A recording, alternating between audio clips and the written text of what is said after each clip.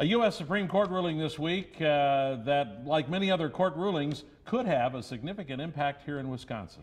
Basically, the justices said that the police must get a search warrant in most cases before ordering blood tests for drunken driving suspects. Fox 11's Laura Smith joins us now with the latest. Laura?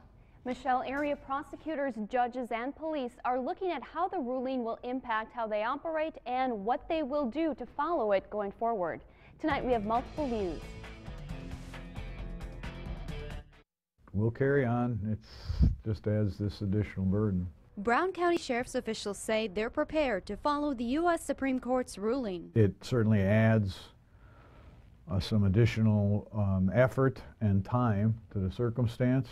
So as far as our continuing efforts to increase the efficiency of what sworn patrol staff is out there, this is a step back. Defense attorneys say the Supreme Court was correct in its ruling, adding the state was violating defendants' rights by forcibly taking their blood without a warrant. You know, the Constitution protects our rights against unreasonable searches and seizures, and the court found that it was an unreasonable search to take somebody's blood without having a warrant. Brown County District Attorney David Lissay says obtaining a search warrant from a judge could take up to an hour.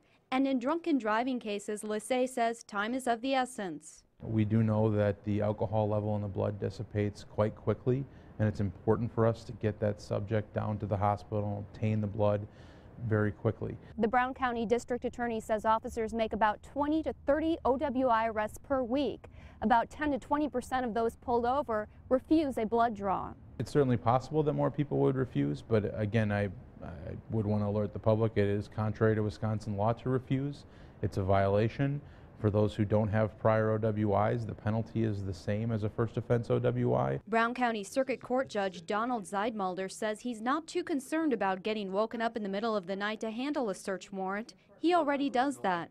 He says the question is, will judges be dealing with an uptick in volume? Well, my expectation is that there will, only because I think that law enforcement is going to act very carefully to be sure that the evidence that they're acquiring is admissible. Zeidmulder says it will take time to figure out how the search warrants will be handled. What we'll do is we will take a look at that, though, I think, collectively, and decide whether or not for, a trial period or whatever, that we might well, implement this duty judge or duty court commissioner or something like that.